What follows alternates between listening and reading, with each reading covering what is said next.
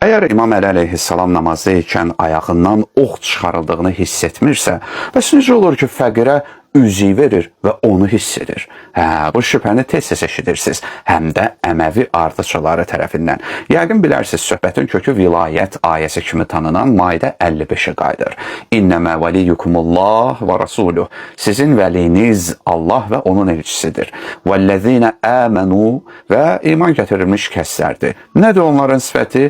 Əllezine yuqimunəs salətə, o kəslər ki, namazı iqamə edir və yu'tunəz zəkətə və hum rakiun və rükû halında ikən zəkat verirlər. Mənim əzizlərim, bu açar ayələrdəndir. Bax, vəli sözü bəzi kəsləri bərk narahat edib. Qədirxundakı mövla sözünü dost mənasına yozurlar. Küsmüşdülər Əlidən. Soruşursan, bu ayədə vəli nədir? Dost. Ulul əmr ayəsini yəqin ki bilirsiniz. Tez-tez təqiyyə məqsədi ilə qabardırlar. Tez-tez videolar çəkirlər. Əmir sahibinə itaət, əmir sahibinə itaət. Bu əmir sahibi Muaviyyədirmi? Onlara görə bəli. Yeziddirmi? Əlbəttə. Kral, məlik filan ibn filandımı? Tamamilə düz, qarşı çıxmaq olmaz və s. Tamam, bəs Həzrət Əli əleyhissalama qarşı çıxıb onunla döyüşənlər kimi idi? Yox da, bu ayrı söhbətdir, fitnə idi, hər ikisi cənnətə gedəcək, şəhid Əmmar Yasir də, onun ölümündə Əli olan Muaviyyədir, hər ikisi. Əliyə gəldikdə isə vəli sözü dost olur. Başqalarında əmir sahibi, Əlidə dost. Bu şübhə müxtəlif formalarda irəli sürülüb. Əli ibadət edirdi, fikri özündə olmurdu, ayağından ox çıxartdılar, özü sümüyünə girmişdi güya, ox çıxartdılar. Bəs necə olur namazda ikən dilənçini eşidir, hə? Bu sual niyə verilir əzizlər? Mənim əzizlərim, bəziləri bu sualı vilayət ayəsinin İmam Əliyə aidiyyətini sual altına atmaq istəyirlər. Yəni Əli ibadət əhli idi. Qoy elə də olsun. Amma bu dilənçi sailə üzüy versə vəli hesab olunmalıdır. Tək vilayət ayəsinin onun haqqında nazil olmasını inkar etsinlər. Bəzən sualı elə tərtib edirlər ki, üzüy bağışlamaq və ox çıxarmaq kimi iki fəzilət bir-birinə zidd olsun. Yəni əgər Həzrət namazda sailin xahişini hiss edibsə, o zaman oxun çıxarılmasını hiss etməməsi mümkün deyil. Əgər oxun çıxarılmasını hiss etməyibsə, o zaman namazda dilənçinin sualını eşitməsi mümkün deyil. Deməli bu ayə, yəni vilayət ayəsi onun şənində nazil olmayıb. Əlbəttə mümkündür ki, kimsə Həzrət Əlinin namazda ikən ayağından ox çıxarılmasını da şübhə altına salsın. Yəni mən namaz qılıram və fikir məlli yerdə olursa, nə qıldığımı bilmirəmsə, yəqin Həzrət Əli də mənim kimi olub və özünü tamamilə namaza verməsi mümkün deyil. Əzizlər, bu əsas suala iki mərhələ ilə cavab vermiyorlar. Birinci mərhələ, bu hadisələr həqiqətən də baş veribmi? Tarixi dəlili varmı? İkinci mərhələ, əgər bu hallar baş veribsə, o zaman necə həm Həzrətin namazda ayağından ox çıxarıldığını qəbul edək, həm də onun tərəfindən sailə üzüy bağışlanmasını qəbul edək. Əzizlərim, Həzrət Əli əleyhissalamın rükuda üzüy bağışlaması, həmçinin vilayət ayəsinin onun şənində nazil olması, əhvalatı şiə və sünnilərin ittifaq etdiyi məsələlərdir və tarixən baş verilməsi isbat edilib. Şiə və əhl-i sünnə alimləri öz kitablarında müxtəlif rəvayətlərlə bu hadisəyə işarə ediblər və vilayət ayəsi kimi tanınan Maidə surəsinin 55-ci ayəsi bu barədə nazil olub. Nə hadisəsidir? Bir fəqir Peyğəmbərin məscidinə daxil oldu və kömək istədi, lakin kimsə ona bir şey vermədi. O əlini göyə qaldırıb dedi ki, ilahi, şahid ol ki, mən sənin rəsulunun məscidində kömək istədim, lakin kimsə mənə bir şey vermədi.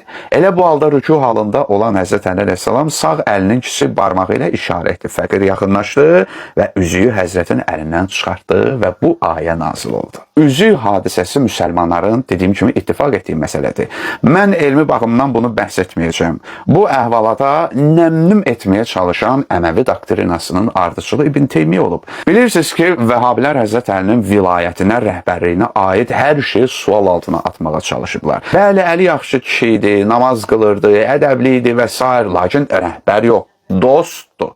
Çünki rəhbəriyyətini qəbul etsələr, onda Peyğəmbərin canişini olduğunu da qəbul etməlidirlər. Onda Cəməl günü ona qarşı döyüşənlər, Siffeyn də ona qarşı döyüşənlərin aqibəti necə olacaq? Əli rəhbər yox, dostdur. İbn Teymiyyənin və ardıcılarının nə deməsi bizi maraqlandırmır. Əsas odur ki, bu məsələni şiələr də, sünnilər də qəbul ediblər. Həzrət Əlinin ayağından ox çıxarılması əhvalatına gəldikdə isə belə bir nəqillər var, bəli, lakin bu hekayətin nəql olunduğu kitablar birinci dərəcəli deyillər, əzizlər. Bəziləri Peyğəmbər bunun ilkin mənbəsinin hicrətin hardasa 7-8-ci əsrə qədər gedib çıxdığını deyirlər. Həmçinin qeyd edilməyib bu hansı döyüş olub, hansı döyüşdə isə Əlinin ayağına ox batıb və s. və ilə axır. Ona görə də bəziləri əslində bu hekayənin əsli barəsində tərəddüd ediblər. Lakin mən ox çıxarılma məsələsini sual altına atmaq istəmirəm. Yox.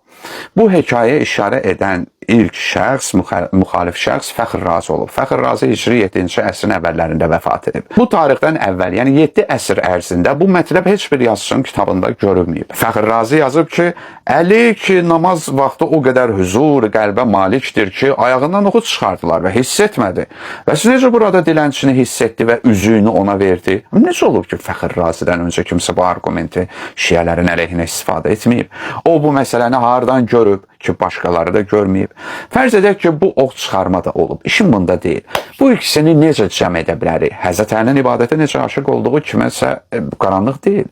Ümumiyyətlə, Peyğəmbərlərin və imamların və Allahın övliyalarının, dostlarının namazdakı halları həmişə bir halda və bir qaydada deyil əzizdə.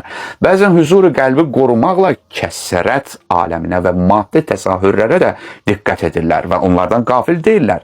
Əgər bir məsələ baş verərsə, zərurət olduğunda reaksiya verirlər. Necə ki, Peyğəmbər tərəfindən bəzi hallarda səcdənin uzadılması və ya namazın qısaldılması ilə buna işarə olunub. Məsələnin fərdi və ictimai təsirləri unudulmamalıdır. Başqa bir nümunəni də qeyd edək. Yaqub Peyğəmbər Misir tərəfdən Yusif Peyğəmbərin qoxusunu duydu. Bəs necə olmuşdu ki, Yusif Kənan quyusunda olduğu an onu hiss etməmişdi, hə?